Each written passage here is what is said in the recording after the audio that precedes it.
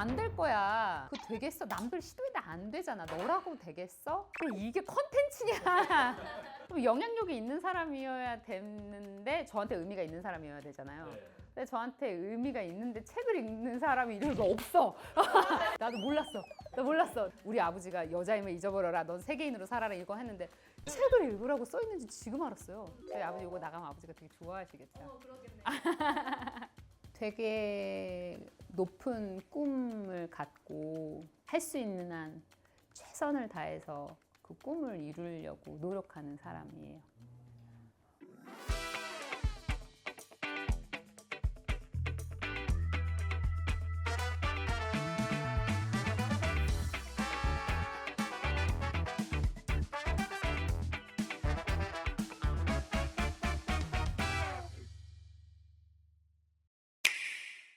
제가 소개할 책은 돈키호테입니다. 부자가 하는 말보다 가난한 자의 눈물에 더 많은 연민을 가지도록 하게. 그렇다고 가난한 자들의 편만 들라는 건 아니네. 정의는 공평해야 하니까 말일세. 가난한 자의 흐느낌과 끈질기고 성가신 호소 속에서와 똑같이 부자의 약속과 선물 속에서도 진실을 발견하도록 해야 하네. 안녕하세요. 에브리원 캔셀이라고 하는 모든 사람이 팔 수 있다고 하는 비전 아래 컨텐츠로 돈을 벌 수 있는 미디어 커머스 플랫폼 그릭컴퍼니 대표 김한나입니다. 반갑습니다. 저는 책을 굉장히 좋아하고 사실은 영상 찍는 거는 부끄럽지만 그래도 사람들이 그 책을 통해서 많이 그 지혜를 얻고 배우고 하는 것들이 습관화되면 되게 좋겠다. 그래서 그 독서의 일상화라고 하는 그 모토가 너무 공감되고 좋았어요. 기본적으로 주말에 이제 책을 읽고요. 이제 중간에 이제 시간을 내서 읽는 거죠. 짬이 날 때라기보다는 내서 읽어야지 할 수 있는 일인 것 같아서 이제 내서 읽고 매일 진짜 12시에 들어가는데 가끔 이제 9시 들어갈 때도 있어요. 그러면은 시간이 한두 시간 있으니까 이제 자기 전에 평일에는 읽기도 하고 그때 외에는 다를 때 읽을 시간은 없는 것 같아요. 근데 사실 절대 종이책으로 읽습니다. 그 종이를 넘기고 쓰고 줄 긋고 메모하고 이게 전 너무 좋아요. 저는 일을 할 때나 지금 이제 창업을 해서 할 때나 문제를 자주자주 직면하잖아요. 인간관계가 있을 수도 있고 조직에 대한 문제가 있을 수도 있고 미래에 대한 두려움이 있을 수도 있고 굉장히 그 문제들이 많은데 그때마다 물어볼 때가 책인 거죠. 그래서 책은 책이지만 사람의 어떤 지혜를 가지고 쓰여져 있기 때문에 누군가한테 물어보는 효과를 가지고 있다고 저는 생각을 하기 때문에 당연히 추천도 받고 그 다음에 이제 서점 가는 거 좋아해가지고 보고 싶은 섹션 가가지고 보기도 하고 표지 이쁜 책 가서 보기도 하고 추천 받을 때는 또 좋아하시는 분들이라든가 제 멘토분들이 추천해 주시는 거 아니면 제가 생각할 때 되게 어느 분야에서 굉장히 훌륭하다고 생각하는 그런 분들이 어떤 책을 읽으셨냐라고 여쭤보기도 하고요. 책을 접하는 그 경로는 굉장히 다양하죠. 저는 막 어떤 분야에 대해서 편식을 되게 많이 하는 편은 아닌데 기본적으로 저는 사람들이 깊이 있게 어떤 분야에 대해서 자기의 경험이 됐든 생각에 대해서 쓰는 그 에세이를 좋아하고요. 시도 좋아하고요. 근데 일을 하면서는 조금 어렸을 때는 경영 전략서 같은 거 많이 읽었어요. 20대 후반, 30대 초반 막 일하는 거 잘 모르니까요.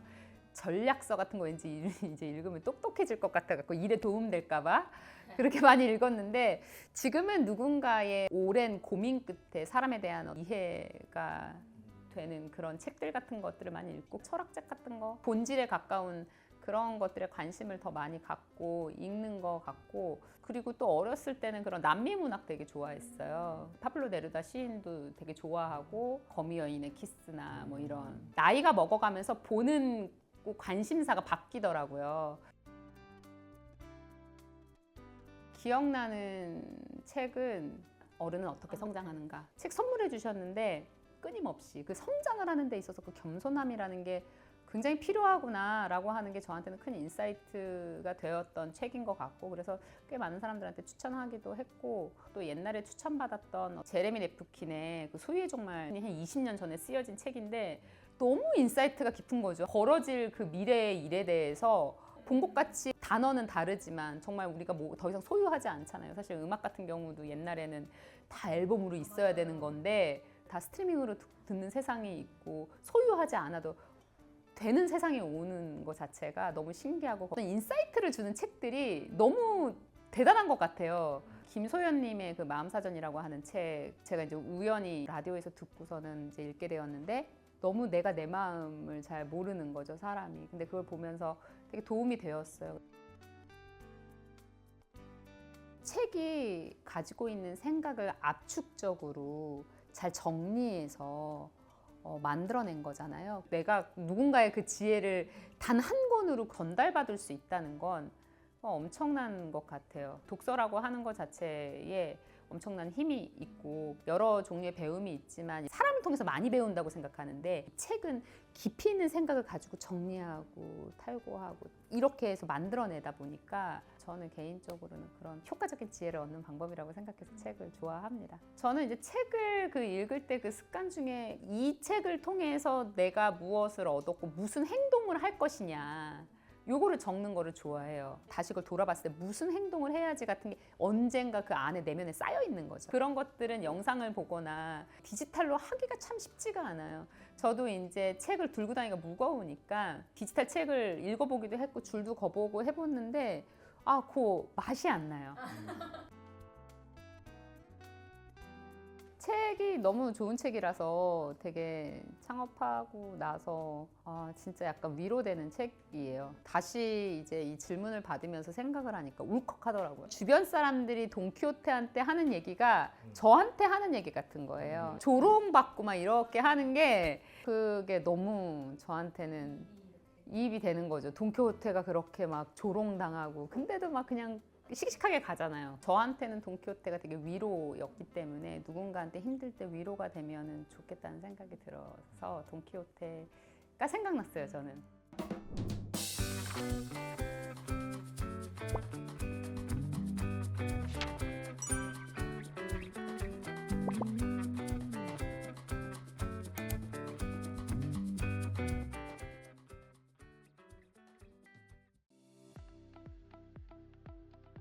아주 어렸을 때부터 이 사업을 하고 싶었어요. 20살 때부터 사업하고 싶었던 아이템이 여러 가지가 있어요. 그 다양한 문제를 풀고 싶은 아이템들이 있었던 거죠. 예를 들어서 미국에서 유학을 했는데 너무 건강하지 않은 그런 식생활을 가지고 있는 거예요. 그래서 이들은 나무를 먹으면 진짜 좋을 텐데 그래서 여기 사람들한테 나무를 수출할 수는 없을까 뭐 이런 생각부터 아니면 한국에 배달 서비스가 있기 전에 배달이라고 하는 문화가 한국에는 짜장면 배달도 해주는데 왜 여기는 왜 배달을 안 해주지? 피자만 배달해주고 그 외에 어떠한 음식도 배달을 안 해주는 거예요. 세상의 모든 음식을 배달해주면 사람들이 참 편리할 텐데 그래서 어떻게 문제를 해결하고 그거를 갖다 아이템으로 적어놓은 사업 아이템들이 있었고 이걸 언젠가 내가 해보리라 라고 생각을 했고 나이가 더 먹기 전에 조금 해야지 라고 하는 그 시점에서 창업을 하게 된 거죠. 여러 아이템들 중에서 제가 그래도 가장 확률이 높다고 생각한 게 미디어 커머스 플랫폼의 아이템이 나오게 된 거죠. 사업하면서 제가 보면은 남는 게 이제 사람인 것 같아요. 왜냐면 사업이라고 하는 게 어떻게 될지 모르다 보니까. 근데 이제 사람은 어떤 형태로든지 남는 거죠. 완전 내 편 지지자 아니면 뭔가 비전을 공유하거나 가치관이 같은 그런 사람들이 옆에 있다는 거는 되게 좋은 것 같은데 제가 하다 보니까 같은 역사를 공유하면서 같이 성장하는 사람은 많지는 않아요. 제가 볼 땐. 인간적인 어떤 바탕의 신뢰 안에서 성장을 같이 하면서 역사를 공유하는 사람이 정말 회사에서 한두 명만 있어도 축복이라고 생각하죠. 5년 5개월 전인데 그때 이제 이걸 준비하면서 정말 돈키호테 같이 막 웃으면서 이제 또라이 같다는 그렇게 돌려서 하는 표현 같은 것들 많이 하시고 그러니까 남들 다 하는 생각인데 안 되는 이유가 있지 않겠냐. 안 되는 이유를 계속 들으면 사람이 좌절하거나 선택을 잘못했나라고 생각을 하게 되잖아요. 그런 시기가 길게 있었는데 이 둘시네아처럼 한 번도 보지도 않았던 나의 그 성공과 내가 하는 일이 세상을 좋아지게 하는 일일 거야 라는 바람, 소망을 가지고 그냥 한 거거든요. 그때 힘들었죠. 왜냐면 런칭하는 날 방송 자체가 나가야 되니까 컨텐츠를 만들 사람이 설득된 사람이 있어야 되잖아요. 요거를 모으는 게 힘들었어요. 낮에 기획하고 그러니까 오후에 나가갖고 영업 뛰는 거죠. 이제 시장도 가고 스타트업도 가고 막 이렇게 해서 그 사람들을 설득하는데 서비스가 없잖아요. 그러니까 이제 그린 이미지로 이런 서비스가 나올 건데요.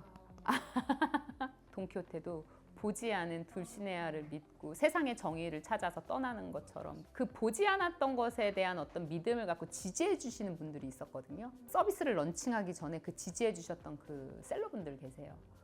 그분들이 되게 엄청 고맙죠. 그러니까 진짜 제가 망하는 거는 아무 상관이 없는 거예요. 월급 못 줄까 봐. 이들의 시간을 내가 아깝게 썼을까 봐 이런 그 공포감이 한 1년 동안 있었고 조금 잘 됐을 때 이제 멤버들 이제 사이에 의견 차가 생기기 시작하는 거예요. 힘들 때는 똘똘 뭉치는데 힘이 조금 덜 들면 의견이 달라지면서 생각이 달라지고 그때부터 사람 때문에 힘들기 시작하는 거죠.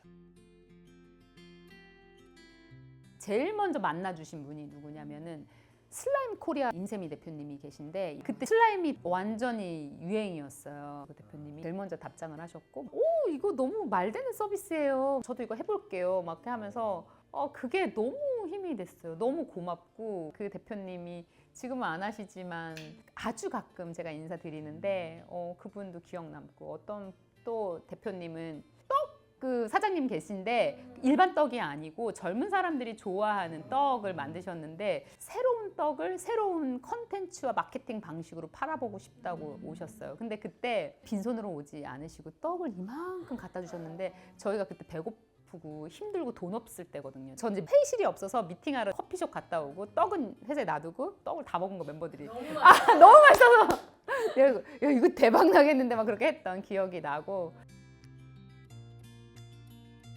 막 지금도 생각해보면 소름이 막 돋는데 저녁 9시 방송이었는데 언제 어디서나 방송하세요가 컨셉이니까 그 방송 현장에 가지를 않은 상태에서 이제 과감하게 시도를 한 거죠. 방송이 딱 됐는데 첫날 그래도 모든 지인, 친구한테 다 연락했을 거 아니에요. 근데 그때 사고가 났어요. 모든 카드 중에서 이제 2개가 결제가 안 되는 거예요. 핸드폰을 방송하고 계시니까 메시지를 또 전달을 못 하는 거예요. 요런 다 사전 준비를 못 한 거죠, 저희가. 그래가지고 정말 땀 흘리고 너무 힘들었는데 어쨌든 우여곡절 끝에 이제 방송이 끝났어요. 그러니까 방송이 끝나니까 너무 벅찬 거예요. 아무것도 없는 상태에서 서비스가 나왔잖아요. 무에서 유가 창조됐잖아요. 그래서 황나가 있는데 1000개가 생길 것 같은 기대감이 갑자기 확 생기는 거예요. 확신은 없는데 그래서 그날 제가 야 1000개 될지도 몰라. 우리 AI 준비하자. 이렇게 얘기했더니 CTO님께서 하신 말씀이 미쳤냐? 저한테 그때 그거를 들었던 iOS 엔지니어가 지금 그립에서 뭐 하고 있는지 아세요? AI 빅데이터 팀장이에요. 그래서 시간이 날 때마다 새벽에 일어나서 AI를 공부한 거예요. 상상했던 일을 어떤 사람은 그럴지도 몰라라고 생각해서 행동해주는 또 그런 멤버도 있고 그런 약간 재미와 희열이 있어요. 이 창업할 때. 그립이 뭐냐라고 유저나 셀러들한테 이야기하면 뭐 친구라고 이야기하기도 하고 위로라고 얘기하기도 하고 그 사실은 이게 단순하게 그냥 어떤 감정이 없는 앱 같이 보이지만 이 서비스 안에서 그냥 감정을 같이 느끼면서 서로 소통하시면서 하시는데 사실은 이런 건 굉장히 이제 정성적인 부분인 거고 실질적으로는 그 게이미피케이션이라고 하는 어떤 판매 방식에 대해서 저희가 이게 뭐 특허도 가지고 있고 물건을 사는 데 있어서는 컨텐츠라고 하는 게 재미있게 사야 되는데 고객 입장에서는 그 재미있게 사는 방식을 공동구매 단체로 사게 한다거나 선착순으로 사게 한다거나 그런 방식을 게임으로 기술로 개발을 한 거죠. 이제 장사 잘하시는 그리퍼들 보시면은 아이디가 어떤 물건을 샀는지를 기억을 다 하세요. 사람이 많아져도 이제 아이디를 부르면서 누구누구님 지난번에 이거 사셨잖아요. 그 옷에는 요게 잘 어울려요. 안 살 수가 없어요. 아이디 이런 것도 많아요. 그립 중독, 그립 더하면 이온화제. 이 문화 카피가 하기가 쉽지가 않아요. 왜냐면 이미 역사가 있기 때문에. 요 진입장벽을 새로운 사람들이 들어와야 되는 거는 또 허들을 낮춰야 되는 부분이 이제 제 숙제라고 저는 생각을 해요. 그래서 더 대중화를 시켜야 되는 거. 안 되는 건 굳이 생각이 잘 안 나고 남들이 안 하는 거. 어쨌든 영상으로 커머스를 하는 데 있어서 사람들이 그게 되게 가치가 있다고 보여주고 싶었어요. 그래서 부동산 같은 거는 절대 내가 가지 않으면 볼 수가 없기 때문에 영상에서 빌딩이라든가 집이라든가 이런 것들을 보여주면 너무 사람들한테 시간도 세이브해주고 가치도 있을 것 같아서 빌딩 판매하시는 대표님을 찾아가서 이거 좀 해달라고 부탁해서 그걸 보고 그 매일경제 기자님께서 기사를 써주신 게 그립의 첫 기사였어요. 세상에 이제 그립이 조금씩 알려지기 시작한 거죠. 시장 서비스 처음 할 때 이거 대기업이 따라오면 어떡할 거야? 이거 해외 큰 기업들이 시작하면 어떡할 거야? 이런 얘기 많이 들었거든요. 근데 속으로는 뭐 쫄리는 마음이 있지만 괜찮습니다. 시장 커지니까 진짜 그것도 진심이거든요. 저희보다 더 크고 훌륭한 회사들이 맞다고 생각해서 이거를 갖다가 시도한다는 거는 당연히 저희도 더 잘 될 확률이 있기 때문에 저는 좋다고 생각했었어요. 미국 서비스는 런칭을 했는데 아직은 유저가 많지는 않고 한국 서비스, 미국 서비스 이렇게 분리돼서 나와 있는데요. 약간 무모한 시도하는 편인데 커머스로 글로벌로 하는 서비스가 많지가 않은데 그냥 일반 커머스가 아니고 우리는 컨텐츠 커머스니까 이걸 시도를 해보자 그래서 원앱으로 세상 어디에서도 누구나 컨텐츠를 올릴 수 있게 저희가 이제 물류 인프라를 다 갖추는 것이 아니라 이제 서로 사고 팔 수 있게끔 하는 환경을 우리는 구축하자라고 해서 그 서비스를 만들어서 올해 상반기에 런칭을 할 예정이에요. 오랫동안 글로벌로 하고 싶었고 첫날 1개를 만들었더니 1000개를 준비해서 AI를 준비하자고 얘기했던 것처럼 이탈리아의 수제화를 만드는 장인이 한국에 있는 통영의 해녀가 AI로 소통할 수 있죠. 우리가 그런 세상을 만들 수 있다라고 주장하고 있어요. 상상하는 것이 이제 현실이 될 수 있다고 믿고 그렇게 계속 지금 몇 년째 얘기하고 있는데 언제 그 몇 년 안에 될지 모르겠네요. 저는 상상이 현실이 되는 그런 어떤 믿음이 있어서 항상 저희 멤버들한테 많이 얘기하는 것 중에 하나가 dream big, 꿈을 크게 가져야 된다. 그러면은 그때 believe it, 믿어라, go for it, 하자. 내가 큰 꿈을 갖고 거기서 목표를 높게 설정할수록 그게 더 유리한 거죠. 왜냐면 그 목표만큼 이루기가 쉽지가 않아요. 사람이라고 하는 게 더 많은 거를 내가 이뤄낼 수 있고 성취할 수 있기 때문에 이왕이면 꿈을 크게 갖자라고 실질적으로 자주 멤버들한테 하는 이야기예요. 제가 20대 때 후반에 약간 내 꿈에 대해서 로드맵을 68살까지 제가 만들어 놓은 게 있거든요. 가끔 보는데 굉장히 신기한 건 굉장히 유사해요. 이렇게 살아야지 하는 건 아닌데 그렇게 살아가고는 있는 것 같아요.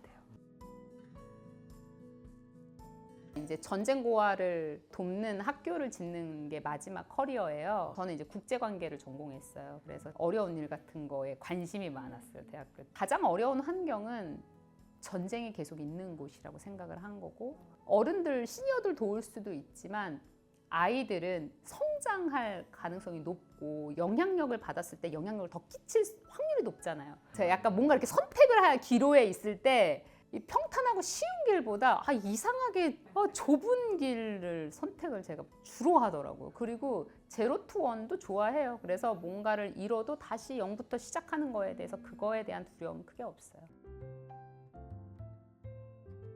제가 이 돈키호테를 읽고 이거를 추천해 줄 사람 누가 있냐고 여쭤봐 주셔가지고 두 여인 생각나는 거예요. 제가 선물 드리려고 하는데 어떻게 생각하세요? 이런 얘기를 해도 되나 싶긴 한데 저희 아버지께서 항상 돈키호테처럼 살지 말라고 그래서 제가 이 책만의 여태가 필요했거든요. 제가 이거를 대표님 그 말씀을 들으면서 돈키호테처럼 살았어야 되는데 근데 이렇게 대표님께서 추천해 주실 줄은 상상도 못했습니다. 열심히 한번 잘 읽어보겠습니다.